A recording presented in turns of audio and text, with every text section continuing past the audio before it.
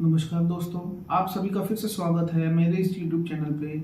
और आज हम एक बहुत ही ज़्यादा बढ़ती बीमारी यानी कि जो आजकल मेल्स में बहुत ज़्यादा बढ़ गई है उसके बारे में बात करने वाले हैं, और उसका नाम है इरेक्टाइल डिसफंक्शन। इस वीडियो को एंड तक ज़रूर देखें और जानिए कि आप में तो कोई ऐसी शिकायत नहीं आ रही है या इससे रिलेटेड ट्रीटमेंट की क्या आपको ज़रूरत है। तो दोस्तों, शुरू करते हैं कि इरेक्टाइल डिसफंक्शन क्या होता है।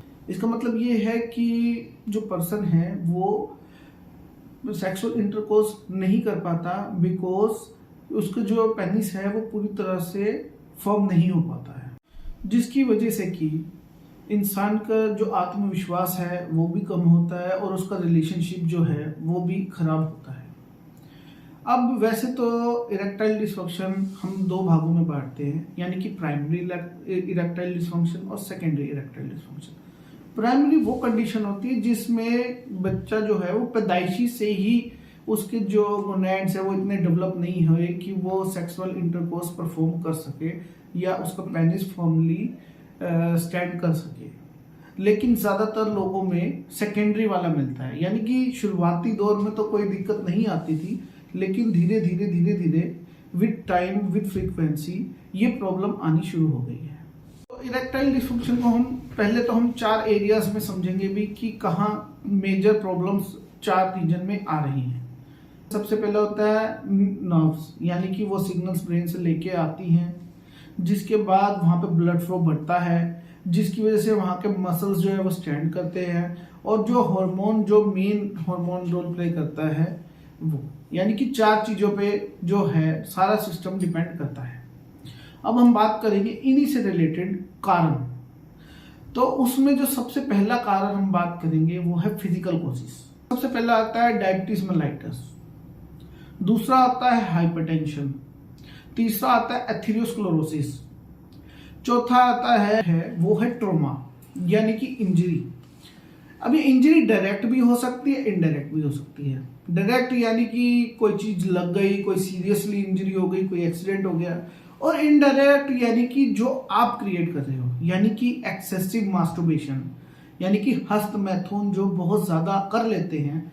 ऐसा पाया गया है कि फर्दर उनकी लाइफ में एक एज के बाद ये प्रॉब्लम बहुत ज्यादा बढ़ जाती है, और ये एज में बहुत ज्यादा फर्क नहीं आता है। मतलब जो आप यंग टाइम में टीन एज में गलतियां करते हैं एक्सेसिव मास्टरबेशन की, वो आपको मिड 20s और लेट 20s में यानी कि अर्ली 30s में पता लगने लगती हैं। तो दोस्तों, फिजिकल कॉजेस के बाद है हमारा जो नेक्स्ट मेन है, जो सबसे मेन कॉज है वो है इमोशनल एंड साइकोलॉजिकल कॉज। इसमें सबसे पहला आता है स्ट्रेस। आपको काम का स्ट्रेस है, आपको घर का स्ट्रेस है, आप फोकस नहीं कर पा रहे, आपके दिमाग में वो इमेज ही नहीं बन रही है, वो सेक्सुअल डिजायर जो अराइज होनी चाहिए वो नहीं हो रही है, और जो कि जिसके मेन कारण और भी होते हैं, यानी कि आपको घबराहट होती है, यानी कि आपको इसके अलावा जो मेन होती है कि आपको बचपन से ही फियर ऑफ इंटीमेसी है, या फीमेल से शर्म आती थी शुरू से ही, बचपन से कभी बोल नहीं पाए, उनको भी जब फर्स्ट टाइम करते हैं या करने लगते हैं आफ्टर मैरिज या, तो उनको प्रॉब्लम आती है। इनकी फियर ऑफ इंटीमेसी बहुत ज्यादा होता है। तीसरा मेन कारण है कि रिलेशनशिप, यानी कि आपकी और आपके पार्टनर की इतनी ज्यादा बॉन्डिंग नहीं बन पा रही है, अंडरस्टैंडिंग नहीं बन पा रही, जिसकी वजह से आपका वो जो डिजायर होनी चाहिए, वो जो मन होना चाहिए, वो नहीं हो पा रहा है।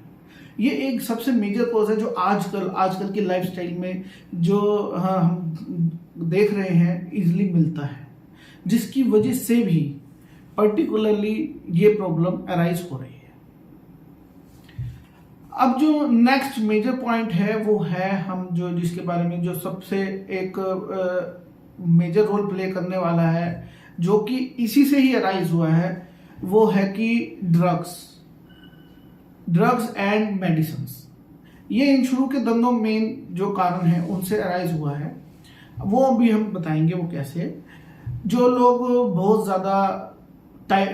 लोग बहुत पुराने टाइम से हाइपरटेंशन की दवाई ले रहे हैं, या डिप्रेशन की दवाई ले रहे हैं, या घबराहट की दवाई ले रहे हैं, स्ट्रेस रिलेटेड दवाई ले रहे हैं, या फिर जो डायरेक्ट ड्रग्स ही ले रहे हैं, यानी कि हाई इंटेंस ड्रग्स ले रहे हैं, या फिर जो बहुत ज़्यादा एक्सेसिव ड्रिंकिंग करते हैं स्ट्रेस की वजह से, या बहुत ज़्यादा स्मोकिंग करते हैं, तो उनमें भी ये पाया गया है कि इरेक्टाइल डिस्फंक्शन बहुत ज़्यादा बढ़ जाता है, स्पेशली स्मोकिंग, ड्रिंकिंग और ड्रग्स इनटेक से।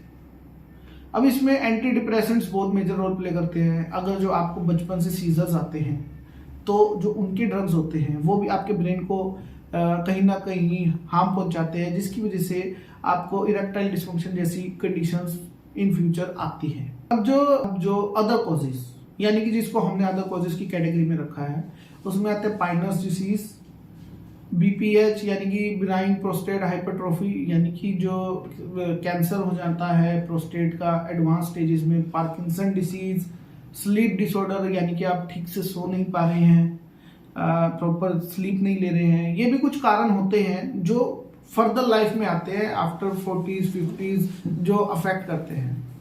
तो दोस्तों अब हम बात करते हैं कि आखिर ये क्यों इतना इम्पोर्टेंट है और इससे हमें क्या फर्क पड़ता है। एक तो जो सबसे पहले मैंने बताया था, इससे जो है जो हमारी जो सेल्फ एस्टीम है, यानी कि जिसे हमारी आत्मविश्वास कहते हैं, उसमें बहुत प्रभाव पड़ता है।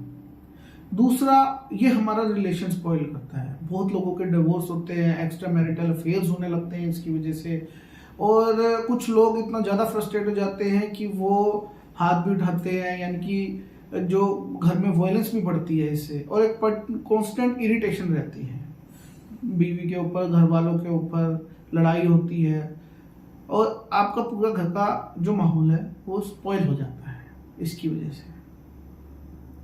ना आपका काम पे ध्यान लगता है, ना किसी चीज़ पे लगता है, इसलिए इसका ट्रीटमेंट होना बहुत ज़रूरी है। तो दोस्तों अब हम बात करते हैं कि हम अपनी लाइफस्टाइल में ऐसा क्या चेंज कर सकते हैं कि ये जो है इरेक्टाइल डिस्फंक्शन जैसी दिक्कत वो कम हो जाए, ख़त्म हो जाए। इससे रिलेटेड मैंने एक सेपरेट वीडियो बनाई है, वो हमारे लिंक में अभी आपको मिल जाएगी, और एक सेपरेट वीडियो योगा के ऊपर भी बनाई है कि क्या ऐसे कौन से ऐसे पोजेस हैं जो आप अपनी लाइफ में अगर जो करेंगे डेली बेसिस में तो आपको हेल्प मिलेगी इरेक्टाइल डिस्फंक्शन जैसी प्रॉब्लम से लड़ने में, उसके ट्रीटमेंट में, उससे ठीक होने। तो हम बात करते हैं ट्रीटमेंट की।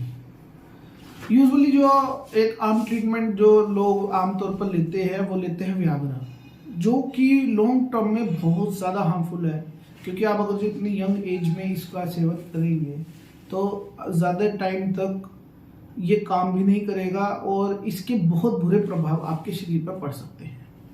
और उससे कहीं गुना ज़्यादा बेहतर है हमारा होम्योपैथिक ट्रीटमेंट या हमारी होम्योपैथिक मेडिसिन। इसमें मैंने खुद पर्सनली बहुत रिसर्च की है और कुछ अलग वेज बनाया है। एक होम्योपैथिक मदर टिंचर का एक कॉम्बिनेशन, और एक मदर टिंचर के अलावा जो है ट्रैचुरेशन का भी मैंने एक कॉम्बिनेशन बनाया है, जो मुझे प्रैक्टिस में बहुत ज़्यादा हेल्पफुल होता है। तो हम पहले बात करेंगे होम्योपैथिक मदर टिंचर्स की। इसमें सबसे पहला है एसिड फोर्स, तो दूसरा है योहिबिनम, तीसरा है डमियाना प्लांट, चौथा है कोफिया टोस्टा, पांचवा है सैजियम एरोमेटिकम। इसके बाद दोस्तों हम बात करेंगे ट्रैचुरेशंस की। इनको भी आप घर में ले सकते हैं, मार्केट में अवेलेबल हैं। इसमें सबसे पहला है लेसिथिनम, इनको 3x में भी ले सकते हैं, 1x में भी ले सकते हैं। दूसरा है टाइटेनियम, तीसरा है कैलेडियम, चौथा है सेलेनियम, पांचवा है जिनसेन।